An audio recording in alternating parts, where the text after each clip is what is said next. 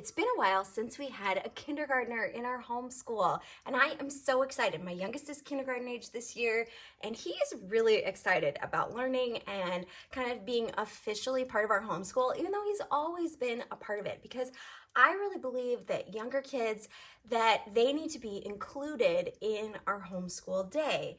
So I've always had a dedicated space for my preschoolers and my toddlers. If you watched my homeschool video tour or my homeschool room tour video, you saw the space that we have for my preschoolers. Well, now I've kind of revamped the shelf because he is now going to kindergarten. He's really interested in learning how to read, and he's starting to learn his letters and his sounds. And I needed to kind of rework the space to be more specific to the things he's learning this year in kindergarten. So I'm going to show you what my space looks like, show you this whole shelf full of kindergarten learning materials, and give you an idea of what we do with our kindergartners, and you can maybe get some inspiration and some ideas.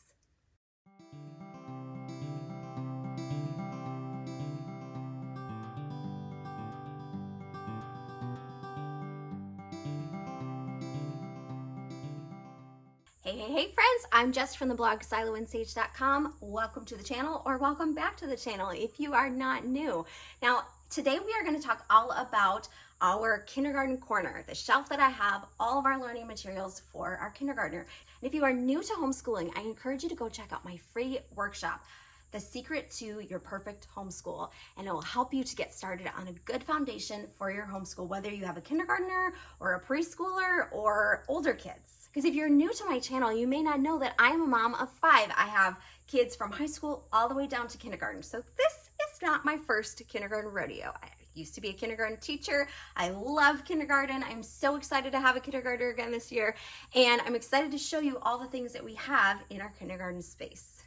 So if you saw the video with my homeschool room tour, you saw this corner of our homeschool space. We have this large family room that has this corner where we keep all of our homeschool supplies and kind of have this homeschool corner.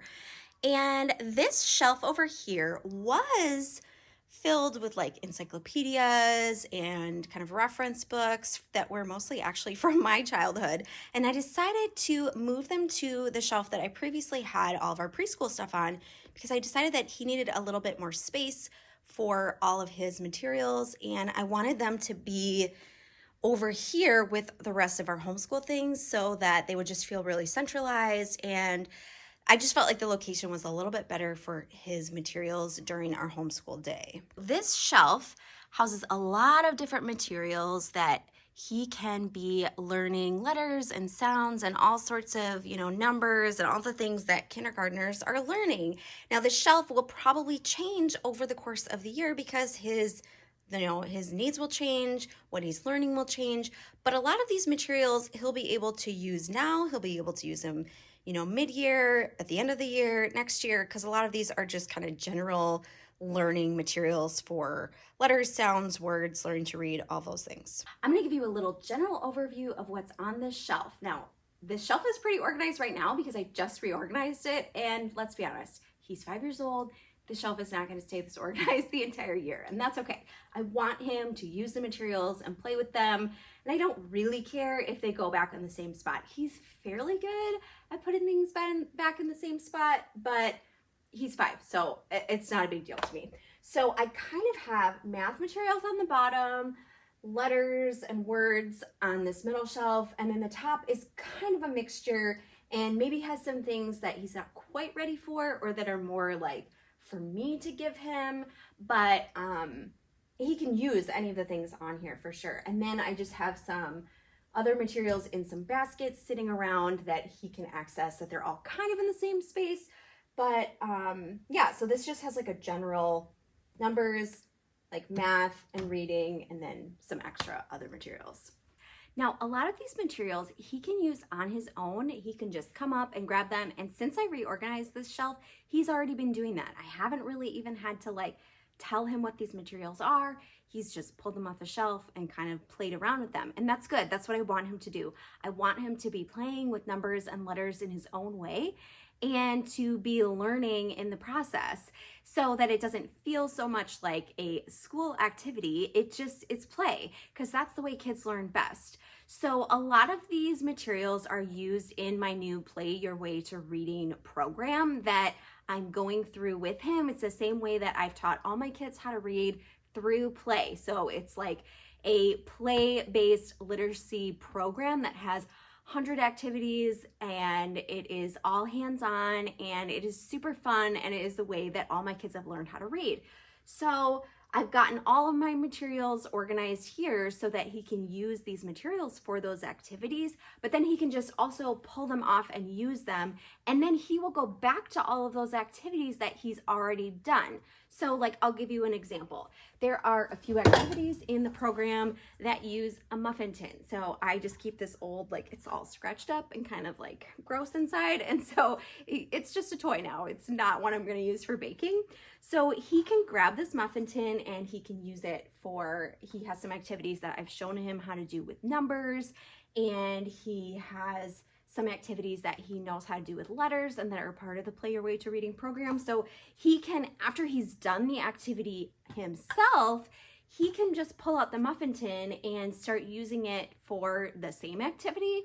He can use it for color sorting. There's lots of materials in here that are different colors. So he can use it for color sorting. He can use it any way he wants, because there's so many materials here. He's going to get creative, and he's going to come up with new ways to use this that aren't just the ways that I showed him how to use it. So that's why I like to keep a shelf with all these materials that are easily accessible for him, because then he can figure out new ways to be learning through play on his own without me telling him what to do. So one thing you'll see on the shelf are lots of different letters.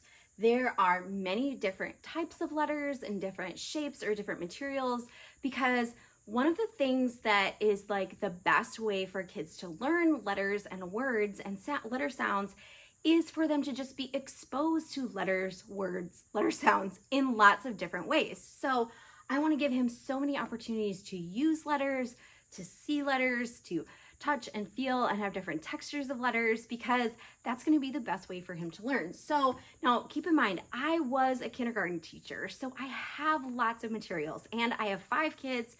My oldest is in high school. So I have collected these materials over a long, long time. So don't feel like if you have a kindergartner, you need to have all of these materials, because you definitely don't. You can do these same activities with a minimal number of materials. The biggest thing is just exposing your kids to letters and words and sounds and numbers too. All right, so I've got these fabric letters that I found at a rummage sale years and years ago. I've got these Melissa and Doug word puzzles that are really fun. Now, he is not to this point yet where he is going to pick this up and know what word this is, but this obviously, it shows a picture of the leaf. The letters are here for the word leaf. He can build it even without knowing all of the letters and all of the letter sounds and even knowing how to read. So it's just exposing to him that in a really gentle way. We've got a couple different types of magnet letters here. I think it's really important to have at least one set of letters that your child can see the actual shape. Even if you just have like really cheap dollar store letters, like magnet letters, that they can see and feel the actual physical shape. So I've got these magnet letters, and I actually have like a tray over here that the magnet letters would stick to, so he can pull this out. It's really dusty because he hasn't used it in a while, but he can pull this out and do the letters right on the tray. Then here I have a box, again, just of different types of letters. It has some wooden letters in it, and then those wooden letters match up with these letter cards. It's like a game where you match the letter, and it has, you know, something that starts with that letter. And then it has the letter on the back that you can kind of trace the shape of. These are textured, like sensory letter cards. So they're made of like almost like sandpaper, and you can trace the letter. These have a little bit of a texture to them. These are chalkboard letters, so he can write on these with chalk. I've got a few different bins here of different types of letters and like word making materials. This one is just letter tiles. So this is the one he'll use the most right now because he's still learning letter sounds. So he can use these for building words or just getting to know the letters and how the letters are shaped. Then this one has really simple sight words on it. Somebody gave me these at some point. These are just sight word tiles. He's not ready to read these yet, but he can start using them in different things that he's doing. And then when he is ready, they're right here. We've also got some word family tiles. So these are like different parts of words to help with building words, like blends and the ends of words, so he can practice building words. And this bottom one is just like a silly sentence game that I can link. So these are just various ways that he can learn and explore letters. Like I said, he's not ready for all of these, but that's okay. They're here, and when he is ready, we can start pulling them out. This is a fun game that just has like different words. It has these like word spinners that you can spell different words. It has like a stand that you put the card in here, and then you put, so you put this down here, put the card in. This is obviously not the right card for the right spinner, but, or you could put this in here and find the matching word, or put this in here and find the matching spinner. Like I said, he is not quite ready for this, but this is a good beginner, exposure to letters and words because he can see it here spelled correctly, and all he's doing is basically matching. So that's super simple and easy, and it's a fun exposure to letters because he kind of has an idea of what it is because of the picture. So it's really low pressure. He can do it on his own. He doesn't need me next to him reading him the word. Even if he can't actually read the word, that's okay because he knows what it says based on the picture. So what else do we have? In here we have some letter and number building things that I got from the Target dollar spot. These are some memory cards from our friends at Troyo House. This is a Connect 4 game that has nothing to do with letters, but did not really fit very well on the bottom shelf. In here, we have these letter tracing cards that are in my shop. So they're just laminated, and he can pull it out, and the table behind me has dry erase markers that he can use. What else is in here? Oh, this is Boggle Jr., which is really similar to that other game with like the twisty letter words, this one. But it's just cards. And I think there was like a frame for it at some point, but we've had this for so many years that the frame is long gone. And it fits really nicely in this little box that was probably from IKEA a bajillion years ago. All right, in this basket, I just have a few things, like a few toys that, of course, he can just pull them out and play with them. And there's some magnets here too, but these are actually specifically things that I pulled out to use with our Play Your Way to Reading program, but he can just use them to play with also, but I wanted to keep them close by for the activities that we'll be doing for Play Your Way to Reading. He has a whole basket here of books that are like letter and number books. I can switch these books out really easily. I can make it themed books if I wanted to. We do have another bookshelf that I usually do kind of like themed books in, but I wanted to have it close by so that he kind of knows these are his books that he can be looking at. And, maybe he can even like pull out the letter books and he can see the letters, and he might, pull out letters from the shelf at the same time. I want him to be free to explore and to play together with the books and the letters. All right, in this dry erase sleeve is just some like tracing pages. These are in my shop. They're for practicing like fine motor skills, tracing. You can use them for cutting. You can use them for sewing practice actually too. So my older kids use them sometimes too. These are great. This particular one, he obviously has been using for tracing, but I have other ones, I think in here. Yeah, there's the other ones in here that he can pull out, and he knows he can use them for tracing or cutting or whatever. In here I have some early readers. These are like super early readers, like don't really have, like very, very predictable text. I like apples, I like sandwiches. He's not reading any of these books, but that's okay. He's gonna pull them out on his own and he's gonna read them, and that's what I want him to do. I want him to look at the pictures, maybe pretend like he's reading. I can read it with him. It's just to get him exposure to reading, and then as he begins to read, these books will be books that he's familiar with, that are easy to read, and that he's reading really regularly. All right, in this bin, I've got some more activities from Play Your Way to Reading that he's been doing. There's like an alphabet chart, there's dry erase boards. These are just some sentence building and activities from Play Your Way to Reading. They're laminated, and there's alphabet stickers, chalkboard, Magnadoodle, different things for him to be writing letters and practicing, you know, whatever he wants with letters. In here I have a salt tray for learning to write letters. These are just stamps, like letter stamps and other stamps. It's just a bunch of random things. Rhyming word, domino. These are different tools for learning how to read that I talk about in my Play Your Way to Reading program. These are different things from the reading program. Sight word cards that I've made over the years. A game from Play Your Way to Reading. These are word family cards that are in the reading program. Story starter cards. There's just lots of things in here. There's letter cards. These are word frames from Play Your Way to Reading. So there's just lots of different materials in there for learning how to read that, you know, I'll just pull them out as he needs them or as he starts using them.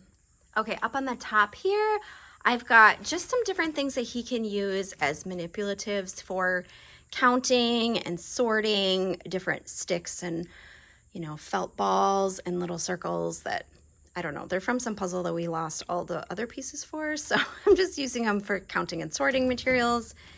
And then in here, we've got numbers from 100, like a 100 frame, like a number board that we have that I'll show you in a minute. And so I just put them all in here because they tend to fall out and get lost when they're just sitting in the 100 board.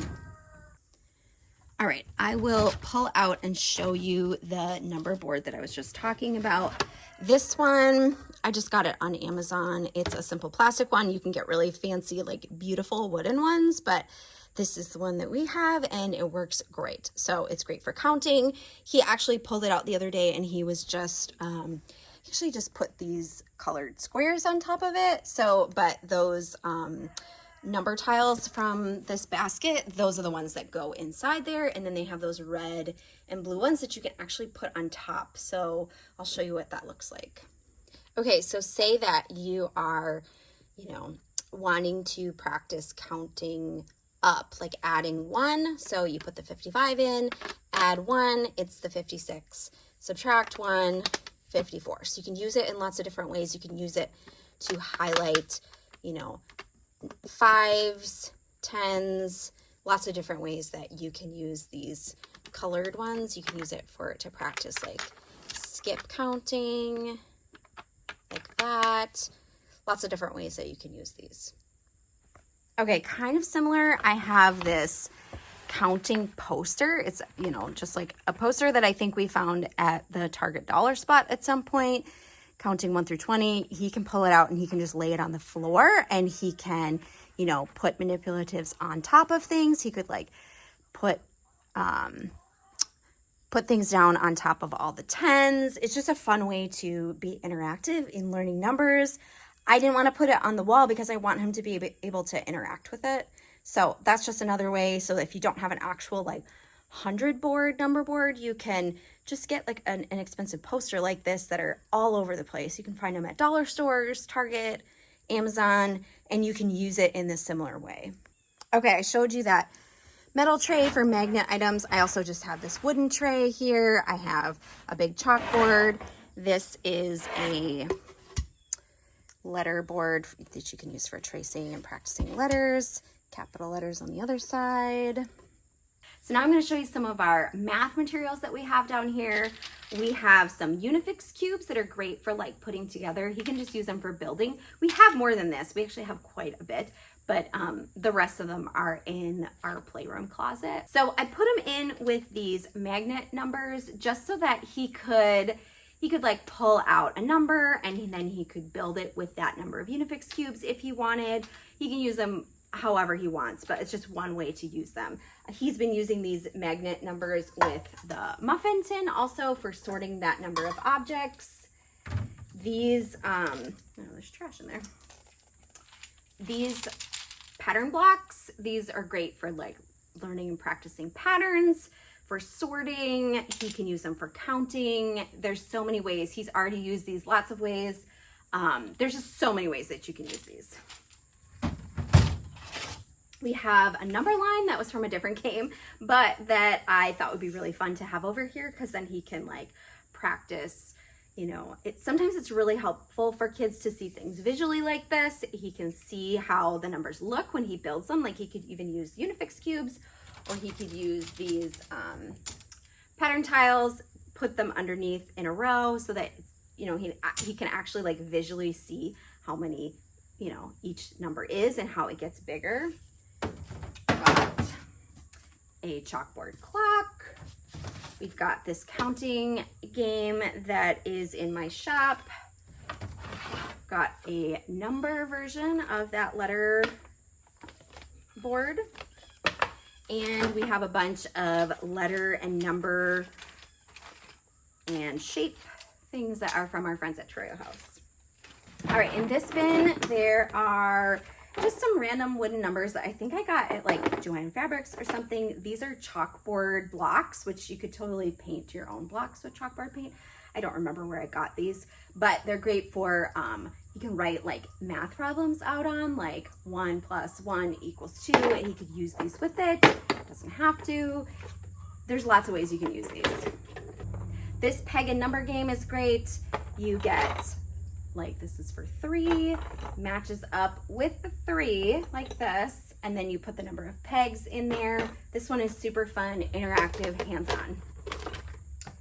Another set of different, these are actually 2 different ones, 2 different math games that are really hands-on, kind of Montessori-ish, I guess. We're not really Montessori, but I like a lot of the Montessori ideas. Just to be able to count out the physical objects, have the numbers to write out the number problem.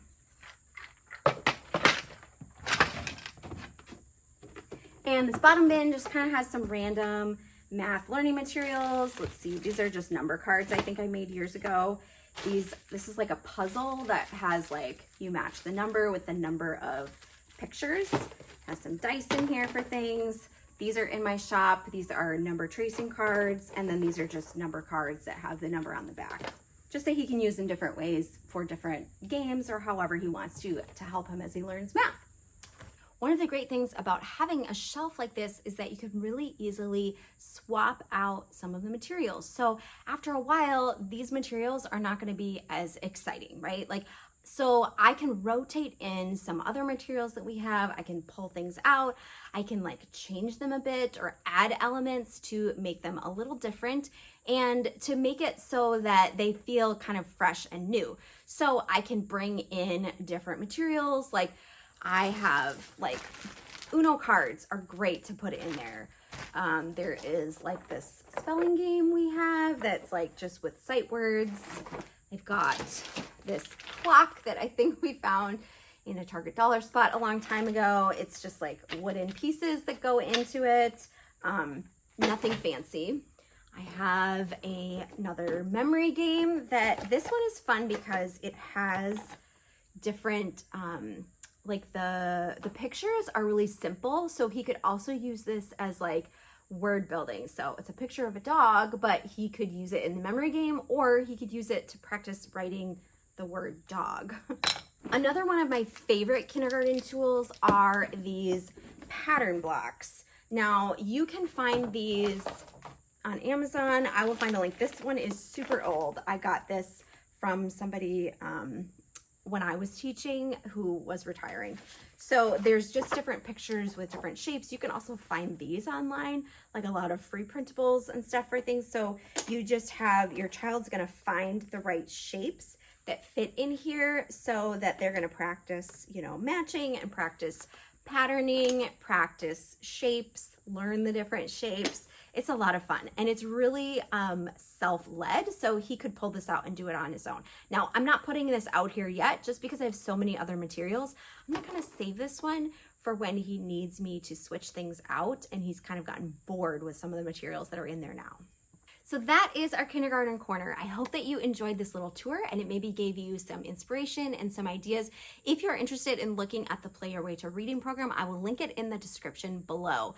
Now, I would love if you have a kindergarten corner or you have some kindergarten materials that are just some of your favorite things. Now, obviously, these are not all the things that my kindergartner uses. We have lots more like toys. We have handicraft things. He loves to do embroidery.